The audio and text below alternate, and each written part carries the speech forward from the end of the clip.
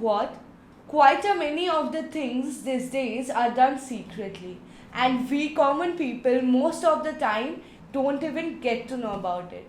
Like on 10th August 2023, a new bill was quietly introduced in Rajya Sabha by current government. This bill, called the Chief Election Commissioner and other election commissioners, appointment, conditions of service and terms of office, Bill 2023, aims to change how election commissioners are appointed.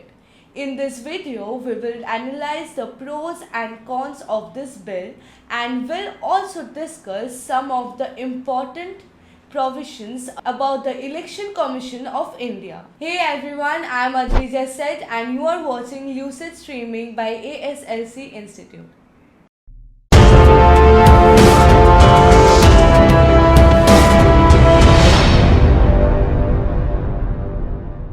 The Election Commission of India (ECI) is an autonomous constitutional authority responsible for administering the electoral processes in India.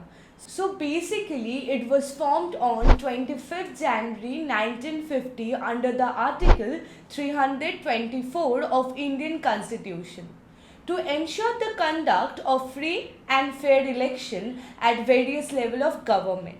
The commission consists of a Chief Election Commissioner (CEC) and such number of election commissioners as may be determined by the President of India from time to time. Initially, the commission consisted of single CEC. However, now it can have more than one election commission. The Chief Election Commissioner and the other election commissioners are appointed by the President of India.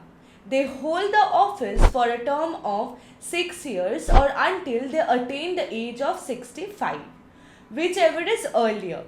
Their tenure can be cut short if they resign or are removed or retired. The President can also appoint an active Chief Election Commissioner in the case the CEC is unavailable due to various reasons.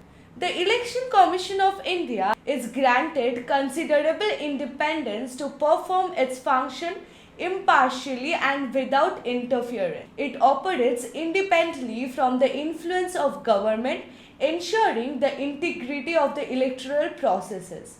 Now, let's see the primary functions and the responsibilities of the Election Commission of India. Firstly, preparing and maintaining the electoral rolls for both parliament and state legislative election. Conducting election for Lok Sabha, House of the People, Rajya Sabha, Council of the State and State Legislative Assemblies, and offices of the President and Vice President. Monitoring the implementation of the Model Code of Conduct during the election to ensure a level playing field for all political parties. Next, supervising the entire election process including the nomination of candidates, voter registration, polling and counting of votes. Next, regulating political parties by granting them recognition, allocating symbols and overseeing their financial transparency. Next, taking measures to prevent electoral malpractices including bribery, corruption or misuse of official machinery during the election. Next, the decision of election commissions are final in the matter related to the conduct of election. However, its decision can be challenged in the court on certain grounds. The Commission is also accountable to the President of India and submits periodic reports on the conduct of elections. So as you see how much important this Commission is for our country. So it is very important that this body is elected in a fair manner so that there remains transparency in their functioning. Currently, the election commissioners are appointed through somewhat an arbitrary process, where the executive suggests candidates and the president approves one based on the collegium method. Now, in Indian context, the collegium system involves a group of senior judges, typically comprising the Chief Justice of India and few other senior judges of Supreme Court, who collectively make recommendation for the appointment and elevation of judges to the higher courts. These recommendations are usually made to the President of India, who formally makes the appointments.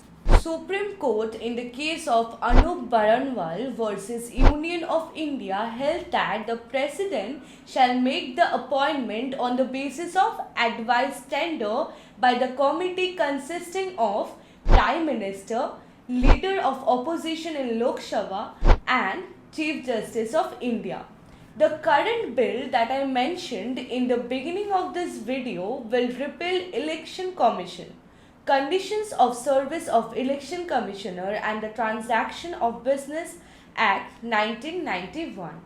Firstly, the bill attempts to establish a more structured and defined process for the appointment of the Chief Election Commissioner (CEC) and other election commissioners (ECS). This could potentially reduce the ambiguity in the selection process.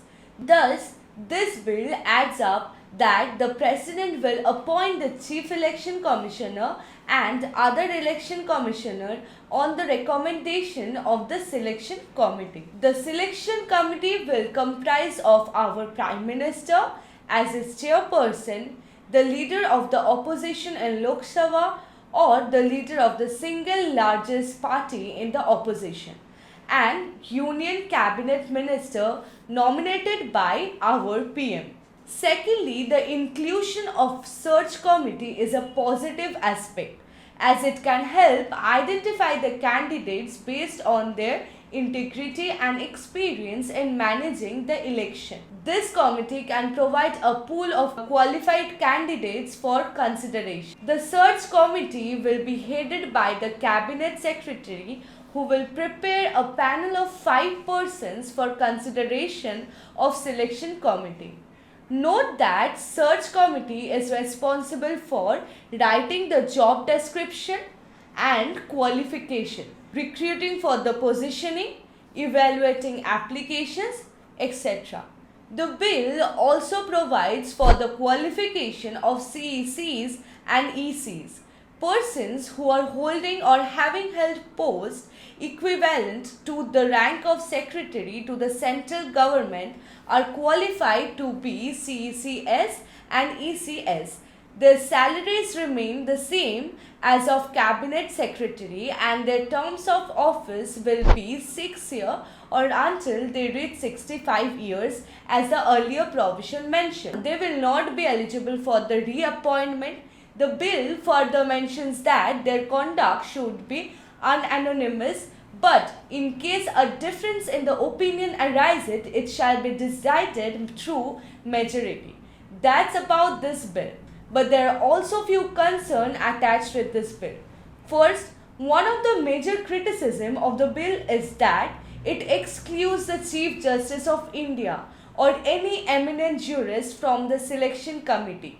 The commission raises the concern about the potential lack of legal and constitutional expertise in the appointment process. Next, the bill establishes a selection committee headed by Prime Minister with the Union Minister nominated by the Prime Minister and the leader of the opposition as its member. Critics argue that this composition could result in dominance of ruling party in selecting the CEC and EC, potentially compromising their neutrality and independence. Next, Section 8, Subsection 2 of Bill gives the Selection Committee the authority to consider candidates beyond those recommended by the Search Committee. This provision has been criticized as it allows the Selection Committee to disregard the Search Committee's recommendation and potentially appoint individuals aligned with the ruling party. Next, Section 10 of the bill downgrades the status of CEC and ECs to that of the Cabinet Secretary, reducing their stature from the level of judges of Supreme Court. This may be seen as a diminishing the importance and independence of Election Commission of India (ECI). Next, the bill's provision, particularly the composition of selection committee and its discretionary power, raises concern about the potential for the politicizations of the appointment process. This could undermine the impartiality and the credibility of Election Commission. Critics even argue that the bill does not provide the adequate checks and balances to ensure transparency and accountability in the appointment of the CECs and ECs. The absence of a more diverse and independent selection committee could result to a lack of accountability to the public.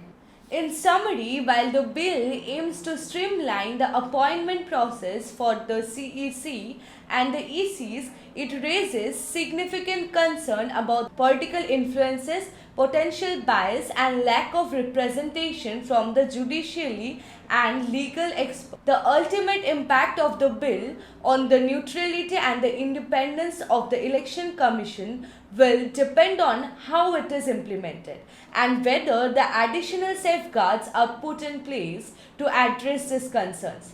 That's all for today. I hope you found this video informative. Do like, comment and share with your friend and family. And do not forget to hit the subscribe button. Thanks for watching.